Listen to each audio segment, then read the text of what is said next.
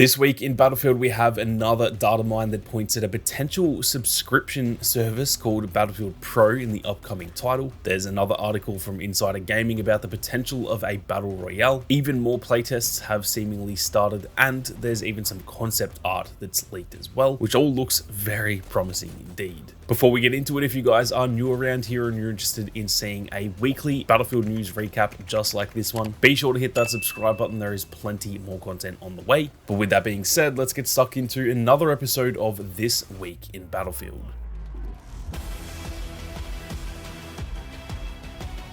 Now, the first thing that I wanted to talk about in today's episode is another data mine that I've just found on Reddit. This was only posted about 6 hours ago as I'm recording this, so it is still relatively fresh. Now, the first thing worth mentioning is that I don't know for sure if these people are reliable. I've talked about a lot of leaks in the past from, for example, Tom Henderson, or last week we talked about Temporal. This post actually comes from someone called LongAd7536 on the Battlefield subreddit. Now, they are a top 1% commenter, so they're obviously very active. And then the screenshot is from someone on Discord called Vanik. So I don't know if those two people are reliable and they've been leaking and data mining for a long time and they're kind of proven, or if this is just entirely made up. So just take that with a grain of salt. It is very highly upvoted on the subreddit and everything, so generally people on Reddit will sniff out if something like this is kind of bullshit. That doesn't mean it is legitimate though, so just keep that in mind. This is a lot less guaranteed to be true, I guess, than the stuff from Temporal, where that guy has genuinely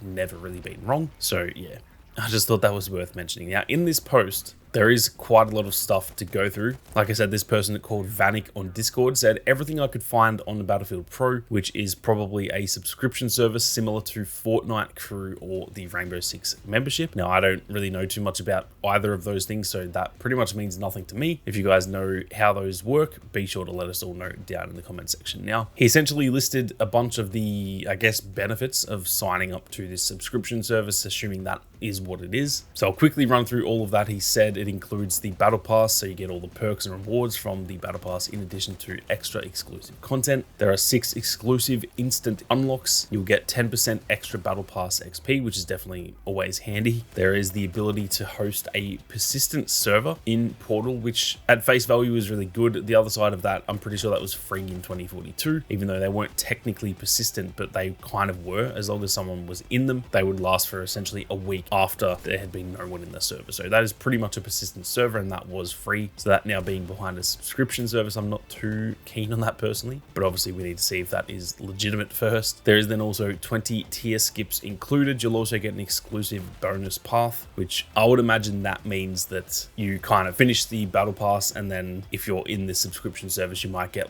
10 extra tiers, or a different set of tiers from the get-go, or whatever that would be. It sounds like essentially just another little mini battle pass. There's also then Battlefield Pro challenges. It says access to the Battlefield Pro challenges vault, unlock exclusive cosmetics from this season's new Battlefield Pro challenges, includes access to previous season's Battlefield Pro challenges. And then lastly, it says listen to the Pro radio station. Obviously, I have no idea what that means. I'd have to assume that is something similar to how in 2042, and I think they had this in Hardline, maybe even Bad Company 1 as well, where sitting in a vehicle, there is a radio station on. Maybe there's just an exclusive radio station that you get if you are signed up to this. So that is essentially everything that was mentioned in this post, and it's fair to say that is all very, very interesting. Now, I think at face value, the thought of a subscription service instantly turns people off. When I read this, I went, oh, Jesus, what are they doing? We don't need another, thing behind a paywall in these games. They just need to get the actual game right in the first place and sell us skins and all that sort of thing. So at face value, I think this is going to be kind of scary to a lot of people. As I've actually read through this, I'll be honest, there's nothing in there that really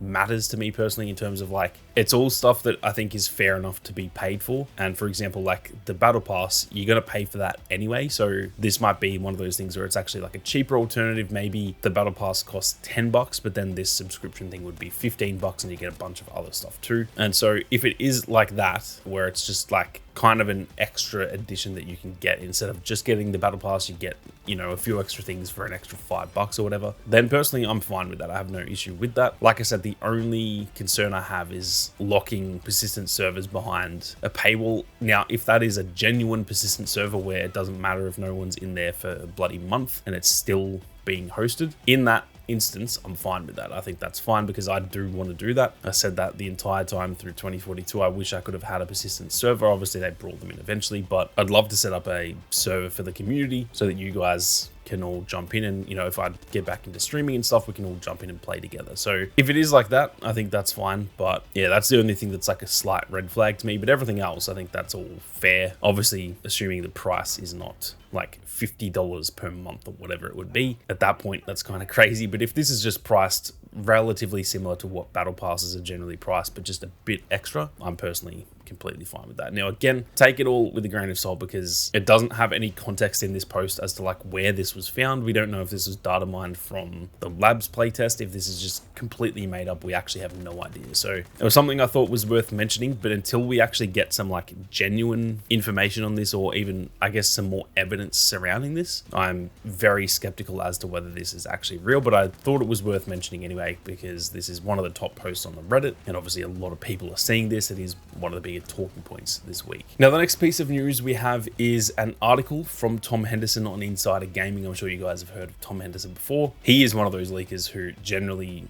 90% of the stuff he says is legitimate, and the stuff that isn't legitimate generally isn't because he was just like making it up or something. Something has gone wrong in the communication or whatever. So generally, as a community, we do tend to listen to this guy. Now, this is almost just in reference to what I mentioned last week, but obviously I didn't go that in depth into the Battle Royale like leaks and stuff. I just sort of mentioned it quickly. So I'm going to read through this article really quick. It's not that long, just to give all the information that seems to be out there right now. He says, new leaks have revealed that Battlefield 6 will indeed have a free-to-play Battle Royale coming to the game. The information originates from several different data miners who have been able to data mine Battlefield 6, having gained access to the files via Battlefield Labs. Last week, over 20 concept images of Battlefield 6 leaked because of the data miners. Now, just to interject, I will be touching on that at the end as well, so stick around for that. Now, he carries on saying, allegedly, the data mines reveal that a Battle Royale mode will be coming to Battlefield 6, which was previously exclusively reported by Insider Gaming. According to the data mines, the game mode, which Insider Gaming understands to be in development by Ripple Effect, will have a lot of traditional features that you'd expect from a Battle Royale. Such features include solo, duo, trio, and squad matches, an armor system, call-ins, loot rarity, update kits and weapons, and a shrinking zone. Also mentioned was a free-to-play component, which is understood to be the core Battle Royale experience. Gauntlet, another mode that Insider Gaming reported on in the past, was also mentioned and referred to in some of the game files. As for if a Battlefield Battle Royale experience for Battlefield 6 can be a success or not is unclear, but this time around DICE and EA seem to be doing the right thing, at least by making the experience free to play. It's believed such a decision was made by Byron Bede, the new general manager of the franchise, who had been previously leading live service for Call of Duty. It seems that this time around Battlefield wants to follow a similar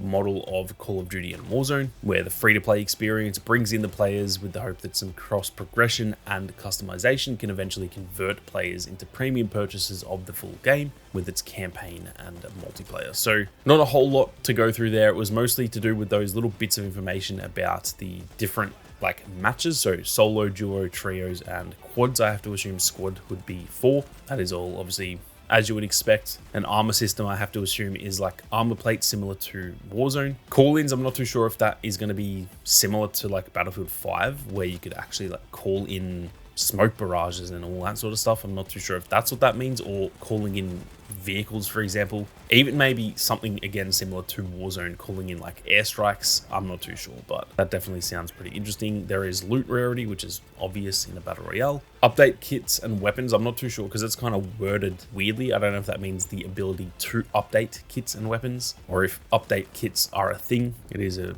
somewhat poorly written article, unfortunately, but I have to assume that means the ability to update your kits and weapons. So maybe we can bring in a loadout again similar to Warzone. It does, everything that I've heard about this Battle Royale does remind me a lot of Warzone, which I'm personally very excited for because the modern Warzone is absolute dog shit at the moment, and I would love for this to pretty much replace that. So that is interesting too. And then it mentions a shrinking zone, which like, I don't even know why that's worth mentioning. That is literally the point of a Battle Royale. So that kind of goes without saying. Obviously the Battle Royale element, if it all turns out to be true, is a bit of a touchy subject. So I'm going to leave it there for now. I will definitely be doing a lot of content on the Battle Royale, talking about how I think they can do it properly, also the negatives to it, what could go wrong with this and stuff like that. So there is going to be a lot of content on the Battle Royale, simply because I think that is a pretty crucial topic for this game if it does turn out to be true. So you can expect to see plenty of stuff on this channel in the future. Now, lastly, we've just got two very small little bits of information. The first one is a post on Twitter from Battlefield Bulletin. They said, if you're in the UK or Sweden, check your email inbox. There's a new wave of invitations to participate in EA's on-site Battlefield playtest through the playtesting program. Please note, however, this is not a Battlefield Labs email. If you've signed up for Battlefield Labs, you'll receive an email in case you've been selected in your region. So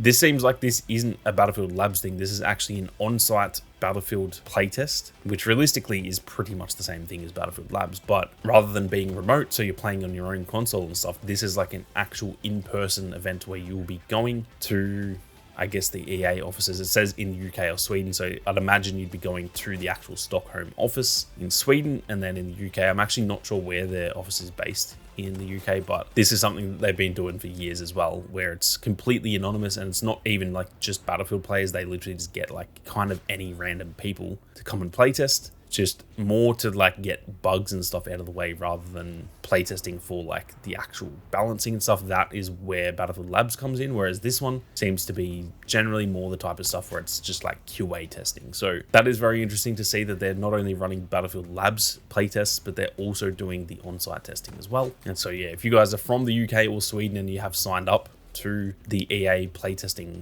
website, be sure to check your emails, because you might be able to go to the freaking office and actually play the game for yourself. Now, last but definitely not least, we have also got some concept art images from this upcoming Battlefield game. Now, as I always say with any footage or leaked images or whatever, I won't be showing it on the video itself because I'm not risking this channel getting deleted. I'll leave a link to Ghost Gaming's tweet where he pretty much collated all of these images that were found on Reddit into a single tweet thread. So check the link in the description if you want to see the concept art images. I will say it all looks very, very promising, and from what I can tell looking at it, it does all seem legitimate. Now, this could just be either A, fan-made stuff, or B, these days it's hard to tell what's AI and what's not when it comes to concept art. Obviously, when it comes to genuine art, you can very easily tell what's AI and what isn't. But with concept art, because it generally is very sort of rough around the edges, because it is literally just concept art, it's actually hard to tell if it's AI or not. So again, take it with a grain of salt. We don't know for certain if these are legitimate. They look very real. None of it screams AI or anything like that. And a lot of it does look like parts that we've kind of seen in the Egypt map, for example. There are a few different maps here that I can see. So it does all seem legitimate, but again, take it with a grain of salt. And if you guys want to see that, be sure to check that link. It all looks very, very promising indeed. But that is it for another episode of This Week in Battlefield, guys. Like I said, if you want to see more of these and you are new to the channel, be sure to hit that subscribe button and turn on those notifications. But with that being said, thank you all very much for watching. You guys have a great day, and I'll see you all out there on the battlefield.